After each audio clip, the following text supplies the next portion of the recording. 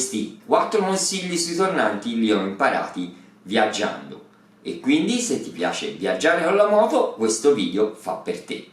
Traiettorie, acceleratore, frizione e freni. Quando si parla di tornanti si trovano online tantissimi video che spiegano come impostare il corpo, dove guardare, come impostare la curva, ma c'è una cosa che mi ha sempre colpito: quasi nessuno parla dei tornanti in viaggio e viaggiare cambia tutto. Questo video non è per chi sta partendo da zero, ma è per chi sa già fare i tornanti ma vuole affrontarli quando le cose non vanno come previsto. Infatti, se pensi di poter fare i tornanti sempre allo stesso modo in viaggio, stai praticamente condannandoti a finire a terra.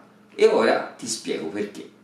Quando viaggi, soprattutto fuori Europa, ma anche sulle strade secondarie, la strada non è mai solo strada. Nei tornanti puoi trovare buche profonde, ghiaia, fango, sporco, veicoli fermi proprio in mezzo alla curva, animali o addirittura qualcuno che arriva largo in direzione opposta. E tutto questo potrebbe succedere nel momento peggiore, quando sei troppo veloce, troppo piegato e con poco margine d'errore. In queste situazioni non è importante sapere fare il tornante perfetto, ma è importante sapere e poter cambiare piano all'ultimo secondo, correggere la traiettoria, rallentare di molto in curva o addirittura fermarsi proprio in mezzo al tornante. Ed è per questo che in questo video voglio darti dei consigli pratici basati sulla mia esperienza di viaggio. Le traiettorie. Abituati a entrare stretto e rimanere stretto, o a entrare largo e chiudere, oppure a cambiare linea a metà curva. Naturalmente prova questo a bassa velocità, ma non troppo, e su una strada che conosci bene. Immagina ogni volta di dover evitare qualcosa. Abituati mentalmente a dire: ok, qua devo cambiare traiettoria, perché quando capiterà davvero, e se viaggi ti assicuro che capiterà, non dovrai pensare, lo dovrai fare automaticamente. Acceleratore e frizione. Uno degli esercizi più importanti riguarda acceleratore e frizione. Li metto insieme perché sarà importante gestirli bene insieme. Spesso quando affrontiamo un tornante siamo già in una marcia bassa, spesso la seconda, ma non sempre. E se devi rallentare all'ultimo momento, gestire la frizione bene sarà importante e anche molto pericoloso. Addirittura delle volte potresti essere costretto a mettere la prima.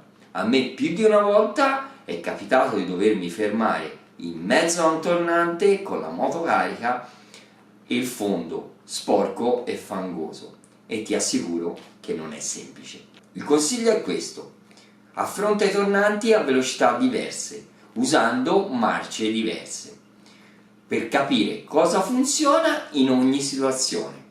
Non esiste un modo giusto per farlo, esiste il modo giusto per quel momento. I freni.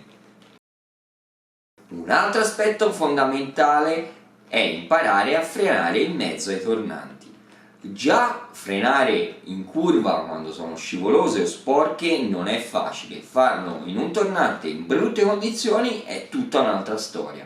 Ovviamente in questi casi non possiamo frenare forte a moto piegata, altrimenti il risultato, come sappiamo, sarà uno solo: l'asfalto.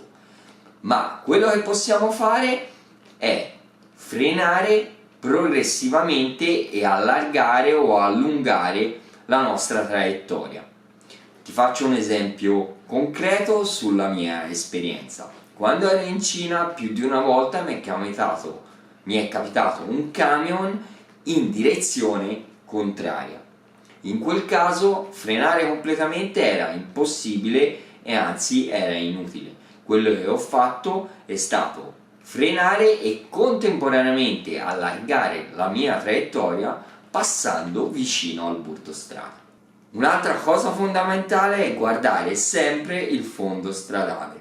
Allenati a frenare in punti diversi, a capire dove hai più grip e dove frenare e correggere la tua traiettoria. Sempre piano, sempre con l'idea di imparare, mai con quella di dover dimostrare qualcosa. Questi erano alcuni consigli su come fare i tornanti in viaggio, naturalmente non in condizioni normali. Se hai domande o vuoi condividere la tua esperienza, scrivi nei commenti. Io, come al solito, vi auguro buona strada a tutti e ci vediamo nel prossimo tutorial.